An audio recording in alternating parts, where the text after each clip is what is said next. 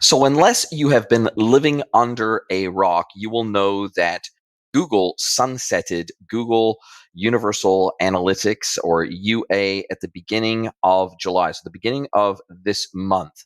They'd been talking about sunsetting it and ending support for Universal Analytics for a couple of years. They finally went ahead and drew a line in the sand, made it July the 1st, and they have replaced it with Google Analytics 4, or GA4. Now, unfortunately, GA4 at launch lacked a significant number of the standardized clickstream reports and metrics and dimensions that Universal Analytics had. And so many e-commerce merchants have really struggled with implementation of GA4 to a satisfactory level to give them the level of clickstream analytics that they used to get out of the box with Google Universal Analytics.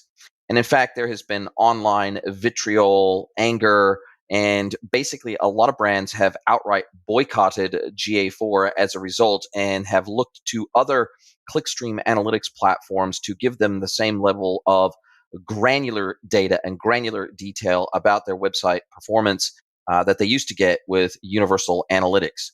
It seems like Google has started to listen to some of these complaints, because the complaints weren't just coming from merchants. They were coming from analytics specialists around the world. And basically, they were also talking about the fact that the new GA4 and GTM, or Google Tag Manager implementation, for that matter, really required developers. So this is no longer a general consumer platform. It's designed really for devs, by devs, for data scientists, by data scientists. And so it sounds like Google has started to listen to these complaints across all quarters, because a new report by Search Engine Journal says that GA4 has introduced 30 new metrics, and they go into some level of detail around this. And they break down into several different buckets the types of data that are now available in GA4 that were not available at launch. So there's some new e-commerce dimensions that are available, and you would have thought that these would be absolutely default, pieces of data that any e-commerce merchant would need: item affiliation, brand, category, 1, 2, 3, 4, 5, item ID, list name, position, location ID, item name, and it goes on and on. So as I look down this list, almost every single metric within here, you would think that these dimensions would be absolutely out of the box with GA4, and now they are. There's also some really important revenue metrics that were not available in GA4 at launch, but are now. And these are GA4 custom reports available in the custom report builder, but they are native default reports available now.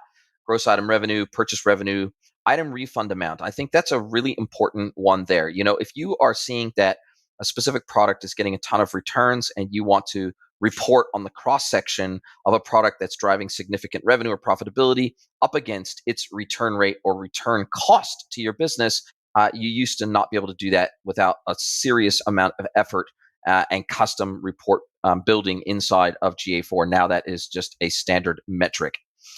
So items checked out, added to cart, clicked in promotion, purchased, viewed, items viewed in promotion, purchase revenue, refund amount, shipping amount, and tax amount.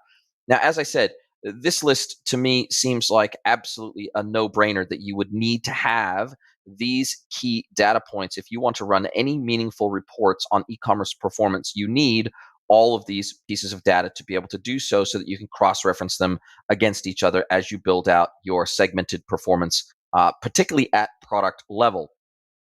There's some exploration metrics that have been updated as well.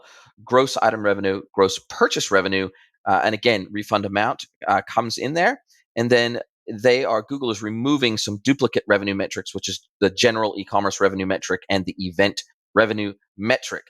So what they said is that the existing explorations that use these removed metrics will continue to work, but new explorations should use the new revenue metrics. So in general, what this tells me is that Google is finally starting to listen to the absolute outpouring of anger, frustration, and disappointment in the general analytics and data analysis community, particularly around e-commerce. And they are finally starting to address some of the deficiencies that existed in GA4 at launch. And I'm assuming that they're going to continue to roll out new reports, new metrics, new dimensions over the next 6 months or so to further allay the concerns of e-commerce merchants around the world.